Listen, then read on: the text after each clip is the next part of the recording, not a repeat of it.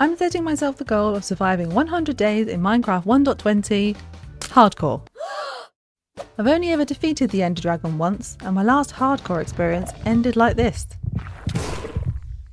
So today, I want to explore the 120 update, build a beautiful base, defeat the dragon, and successfully explore an ancient city. Easy, right? On day 1, I spawned in on this tree and I was super excited but also really nervous. I decided to start with a bonus chest as I'd never done that before, and I got some awesome starting loot. I was really excited about these spruce saplings. Even though I had an axe in the chest, I decided to still punch my first tree and then make a crafting table. Yippee! I dug down to grab some stone, upgraded my tools and started gathering some more logs. I then found a village and I was really excited about this, and the villagers said I could take whatever I wanted. So kind. I found some leather armour and quickly stole a bed. It wasn't a purple one, but at least I knew I wouldn't be running around in the dark looking for sheep. I decided to take my chances with the iron golem and got 5 pieces of iron. I made myself a shield and some boots and felt like I was already bossing hardcore. I grabbed the crops, dyed my bed purple, grabbed some hay bales and questioned Minecraft's village generation before calling it a day and sleeping away my first night in hardcore. Day 2 was Sea Adventure Day. I made myself some bread and left some items in the chest before heading out onto the ocean. First ship I found was right next to an ocean monument. I was able to avoid the guardians, but I forgot to bring a door, so I stole this one from the ship. I managed to get lots of iron and got my first set of armor trims. Let's go! I spent all day and night looting shipwrecks and finding buried treasure. I got so much iron I was able to make a full suit of iron armor, got this sword and a chest, and killed my first mob. I started day 3 finding the last treasure chest and managed to get 3 diamonds. Let's go! Diamond pick already! I sailed back to the village to collect my other items and decided it was time to find somewhere to settle down. Inventory space was becoming a big problem, and I wanted to settle near a flower forest, a cherry biome, and a village.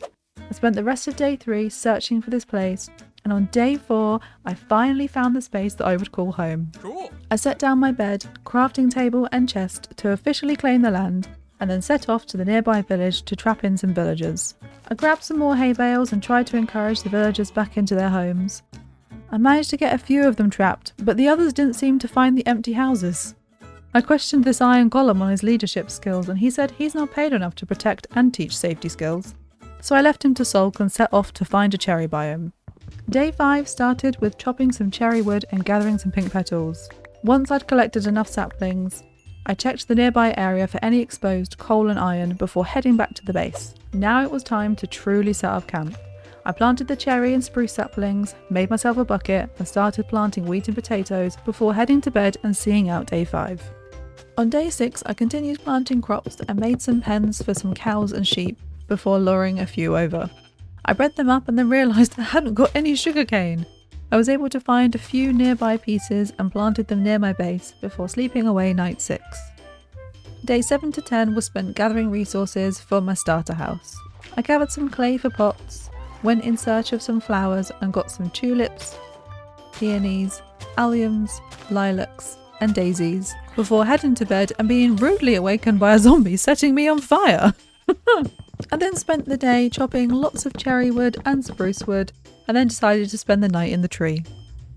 I continued harvesting the crops and breeding up the cows and sheep and made a composter for the seeds and saplings I'd collected so I could make some bone meal. I bone mealed the moss I'd found in the shipwreck on day 2 so I could grow an azalea tree and collect the leaves. By the end of day 10 I had gathered everything I needed to start building my starter house. The next few days were spent building. I decided on a small house using cherry and spruce and decorated with some cute dormer windows and lots of flowers and finished with a tiny chimney. But my favourite part about this house is the tiny interior. I used barrels in the roof to create some storage space, set up a small kitchen area and decorated with paintings. I now have a safe home away from the nighttime monsters. On day 16 I realised I was running out of iron, but I didn't want to go caving yet without a bow. I decided I would trade with the villagers and went to collect some flint to make a fletching table. My day was rudely interrupted by a thunderstorm. The storm left behind some unwelcomed friends and I wasn't going to go and greet them. I made a fletching table and checked how much paper and leather I had for books. I bred up the cows and chopped spruce wood for sticks for trading before deciding the cows were taking way too long to grow up and I would need to slaughter a few on the way to the village. Then I remembered horses also drop leather and was immediately consumed with guilt. Why do they make such an awful sound? I reached the village by nightfall and awoke on day 18 with villagers standing over me. Creepy villagers aside, I set to work on making a couple of fletchers, trading sticks and levelling up the villagers in hopes of getting an enchanted bow. On day 19, I was out of sticks, so I planted some spruce saplings and focused on getting a librarian. I was hoping for mending, infinity, or maybe protection 4, but I quickly got infinity, let's go! The rest of the day was spent chopping trees, trading, and sleeping in a tree. It's efficient and the days are precious. Day 20 was more of the same, but I did manage to get an enchanted bow with unbreaking on it. Just unbreaking 1, but never mind. And I also got a villager with protection 4! I didn't have enough iron to make an anvil yet, so I took advantage of the passive iron farm at the village, but it was slow going.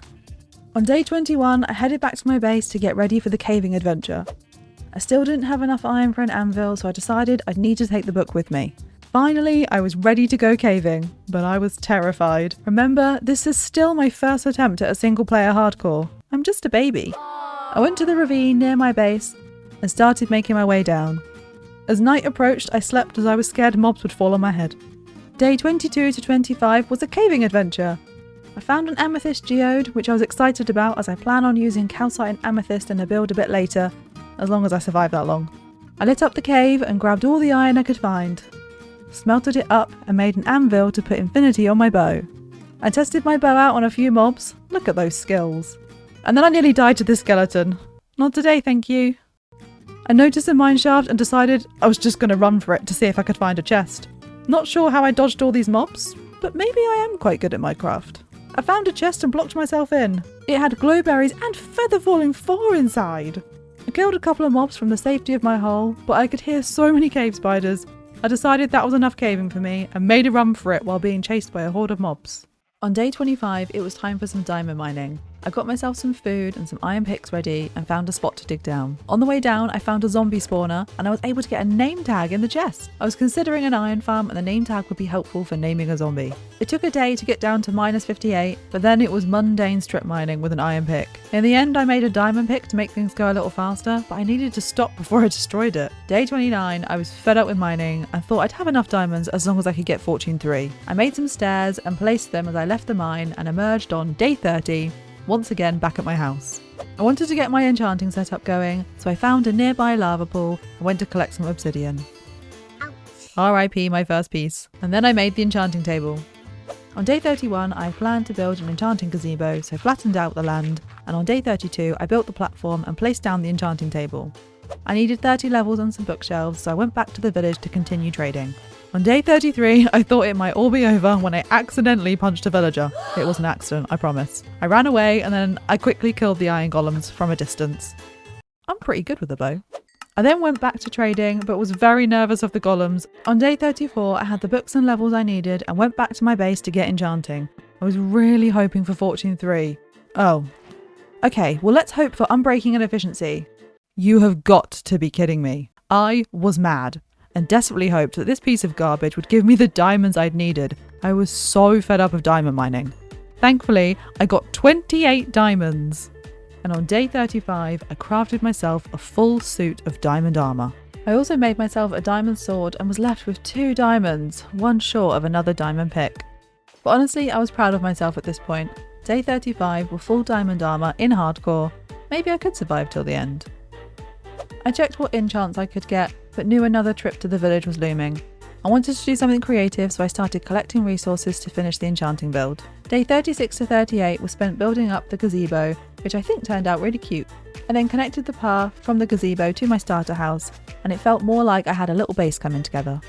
I checked to see if I could get a good level 2 enchant on my axe, but saw Unbreaking 3 was available, so decided to wait. I spent the rest of the day chopping trees, ready for more stick trading, and I got to the village just before nightfall.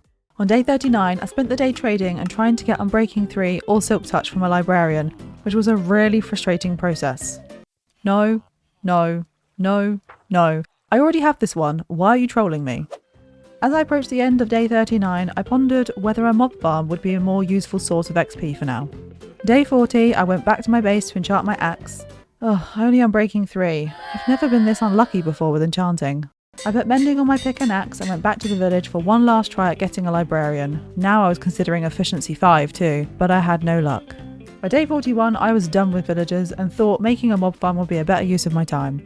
After gathering a few resources, I set off out into the ocean to build a mob farm. Day 42 to 44 I built up the mob farm and was staying awake through the night to encourage phantoms.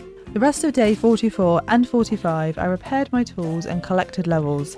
I thought 45 would be enough to get some decent enchanting done, and also got a few power 2 bows from the skeletons. On day 46 I started making my way back to the base, but was tempted by 2 nearby shipwrecks. They didn't have much, but the iron was a bonus. By the time I got back to my base it was already night time, but I didn't want to sleep as I was still waiting for phantoms. I decided to swim and make a run for it, managing to avoid the mobs. Once back inside, I towered up and broke through my roof. It felt like a safer place to wait for the phantoms. I did some target practice to pass the time. Then a thunderstorm appeared. Thankfully I have fire tick off, so nothing to worry about, but I was hoping for some skeleton horses. As dawn approached, so did the phantoms. I thought being on the roof might be a little easier, but I nearly got knocked off a few times. Sadly I got no membranes, so would need to stay up for another night. Day 47 it was time for some enchanting. I wasn't having much luck. Another storm appeared and I decided to sleep so I could focus on enchanting. Day 48 I combined the bows I got from the mob farm and enchanted my boots. First decent enchant, let's go! Eureka! But it didn't last. The levels were diminishing quick, so I decided to upgrade my bow and add feather falling to my boots before visiting the mob farm again. At least I now had a good source of XP. I spent until day 50 collecting levels and some more bows before having another go at enchanting. This time it was much better. Managed to make Pogbow and got some pretty decent armour and tools. No looting 3, which might hurt for getting membranes and ender pearls later, but enough to keep me alive hopefully. Day 51 I was now focused on getting to the dragon, and the next step was the Nether. So why am I chopping trees? I wanted to get a few more mending books and make some decent gold armour to survive the Nether. I spent the day trading for books and made a gold helmet for the Nether. I then stayed awake through the night waiting for phantoms, and you'll never guess what. There was another storm. As dawn appeared, the storm showed no sign of letting up, and I was considering how I would mine for obsidian with mobs around. Day 52, I wanted to get my nether portal made. I fought off mobs nearby the lava pool. I'm not a fan of zombies being able to summon their friends. Where's my backup? I started to mine obsidian and was cursing my bad enchanting luck. So slow without efficiency, and the storm raged on. Somehow I missed this creeper. That was a lucky escape. And then I continued to mine in F5 mode in an attempt to protect myself. Obsidian acquired and the storm easing, I went to make the nether portal. But it was nightfall again and I kept getting interrupted. Definitely didn't make it wrong and needed to mine the obsidian again. Neither did I set myself on fire while fighting zombies. Going to the Nether is going to be fine, I'm sure. Day 53, it was time, and I was as ready as I could be. I was hoping for a reasonable spawn and for a nether fortress to not be too far away. Please. Nether spawn was a little dangerous, but right next to a nether fortress.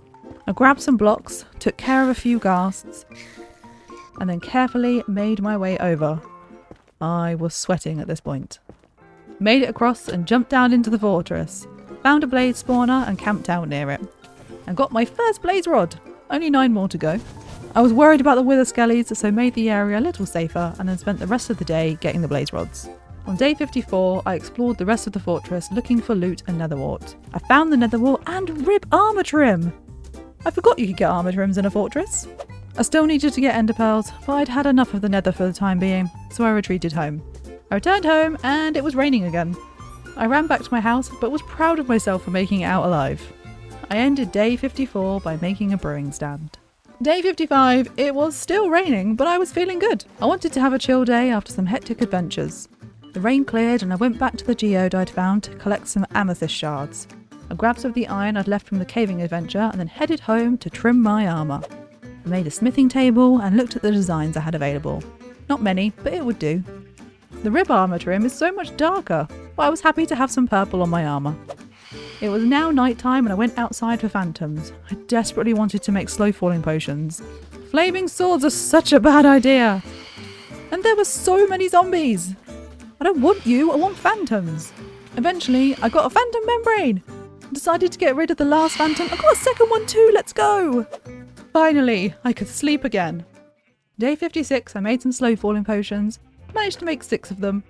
If 24 minutes of slow falling isn't enough, then I don't know what is. I then went back to the village to get some more mending books, so I wanted mending on all of my armour and a spare book for my elytra. On day 57, I awoke in the village to finish my trading. Spent a lot of time with these villagers, and I was starting to warm to them. I got the last few books and then upgraded my armour. And then it was time to go back to the Nether to find a warped forest.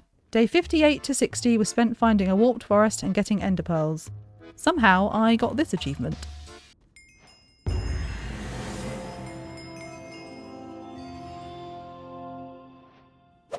Getting ender pearls without looting is slow going, and having flame on my sword really didn't help either.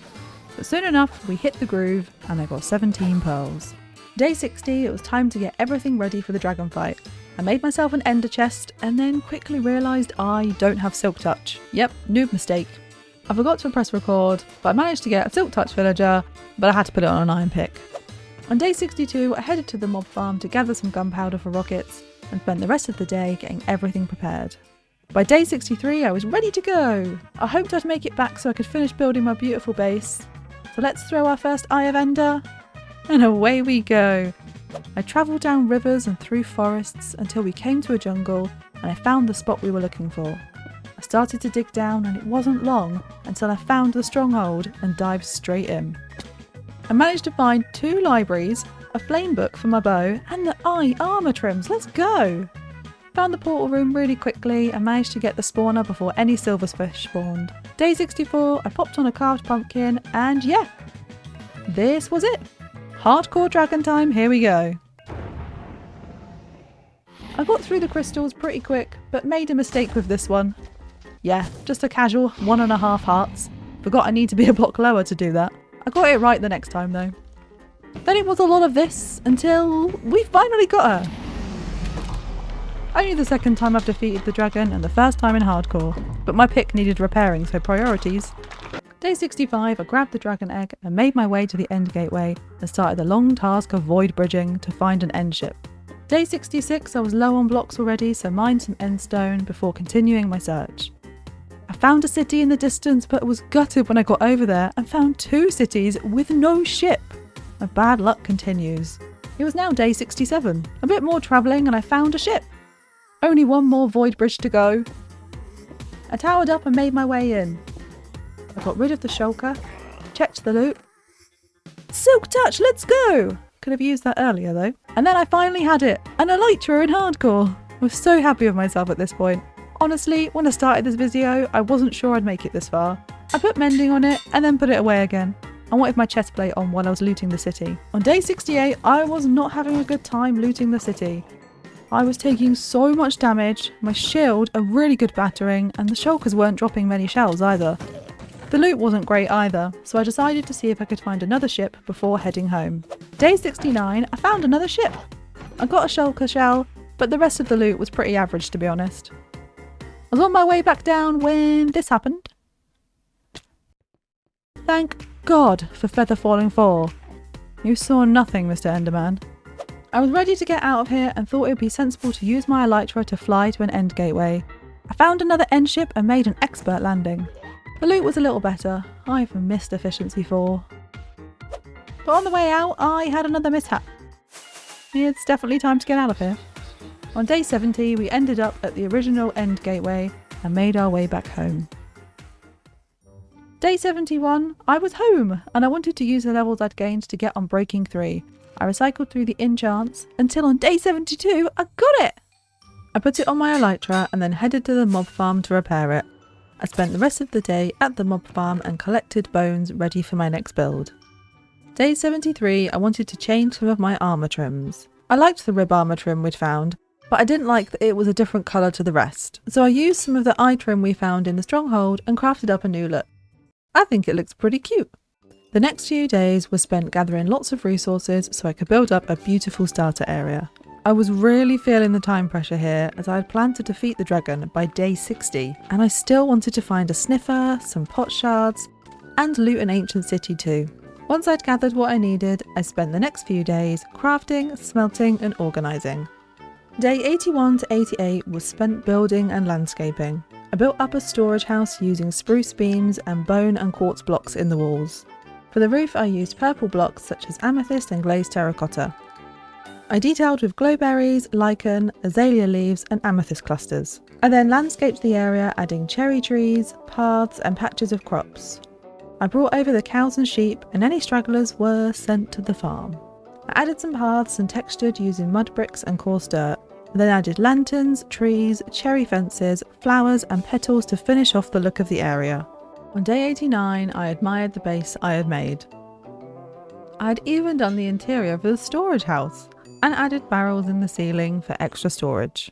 But the days were coming fast and I really wanted to find a sniffer and some pot shards. But first I needed to make a brush. No feathers. Sorry chicken. Once I had my brush it was time to explore. I found some ruins not far from the mob farm and set to brushing. I really enjoyed this part of the 120 update. I managed to find one pot shard and it was the one with the sniffer on it. And a sniffer egg, let's go! I was hoping for two, but one would have to do for now. Day 90, I made a pen for the sniffer egg and placed it down. It would be nice to have a sniffer friend to share this world with. While I waited for my new baby sniffer, I used the pot shard I found to change one of the decorated pots. The sniffer pattern is so cute. On day 91, I bred up the sheep and started collecting wool ready for visiting an ancient city. It began raining again, of course. I checked on my sniffer egg and then continued collecting wool until... Oh my god, you're so cute! Welcome to the world, baby sniffer. I wanted to name him and remembered I had a name tag. And I named him Monty. Say hello, Monty. I spent all night collecting wool and as the sun rose on day 92, I knew today was the day we were going to find an ancient city. Hopefully this would be enough wool. I said goodbye to Monty and hoped I would return. I had one last look at the base I built up. If it ends now, I think I've done enough. I flew off to the ancient city and looked back at my base, hoping it wouldn't be the last time I'd get to see it. It took a day to reach where I would dig down, and on day 93 I started. I reached some skulk and could see a drop down. That was it. I carefully dug away the skulk, hoping there weren't any shriekers nearby, and made myself a water elevator and went down. I was on the edge of the city. I made my way up to the first chest, opened it and then panicked. I'd got way too excited, and luckily nothing went off. My main goal for looting the city was to find Swift Sneak and maybe an armor trim. No luck with the first chest. I found another chest and started to cover the shrieker in wool. I don't really know how much is enough, so I spammed a lot of it. I covered myself in a wool box to open the chest. I hoped this was enough. There wasn't much in this chest either. I continued exploring and then this happened. Strike one. The darkness is terrifying. It was now day 94 and I kept exploring and spamming wool all over the shriekers and chests. But I wasn't finding great loot. I did find an enchanted golden apple though. But Frostwalker, are you kidding me? Then I found Swift Sneak too, let's go! On day 95 I made myself a wool box and put Swift Sneak on my leggings. Look how much faster I can sneak now! I continued exploring and found another chest with Swift Sneak 3 and 2. No armor trim sadly, but my hands were aching from sneaking. Yeah, this is definitely a sign. So I decided to make my way back. I found the water elevator I used and started making my way to the surface. I emerged on day 96 and made the 3,000 block journey home. Back home, I was really excited that I'd made it out of the ancient city. I went to see Monty. Look, I made it home, buddy! And he gave me a sniff. I doubt an ancient city smells nice. Day 97, I went to visit my good friends the villagers. I needed 2 levels so I could upgrade my leggings to Swift Sneak 3. Once I'd got the levels, I upgraded my leggings. And look how speedy I can go! I then did a spot of fishing with an axe, because I wanted to get a cat. I just needed to find one. Eventually, I found a cute ginger cat and he became my friend. Everyone, this is Peanut Butter. I spent the rest of the day taking Peanut Butter home. Day 98 was rudely interrupted by a horde of pillagers. They weren't welcome in my beautiful base. They ruined the aesthetic. So I dealt with them quickly and afterwards I treated myself to some refreshing milk. Delightful. I made a sign for peanut butter. Sorry, I don't have any more name tags. I went to check on Monty. Nope, still a baby. I added some details to the nether portal and some cherry blossom leaves around the base before heading to bed. Day 99, I woke to find Monty had grown up. I was hoping he was going to grow up before day 100. Hello, chunky boy. Monty set to work finding seeds and I was so excited. I planted the torchflower seed, bone milled it and popped it in a pot next to my starter house. Thanks, Monty. I continued adding extra details to my base and then noticed a llama and leads, but no trader. Another animal to add to my base.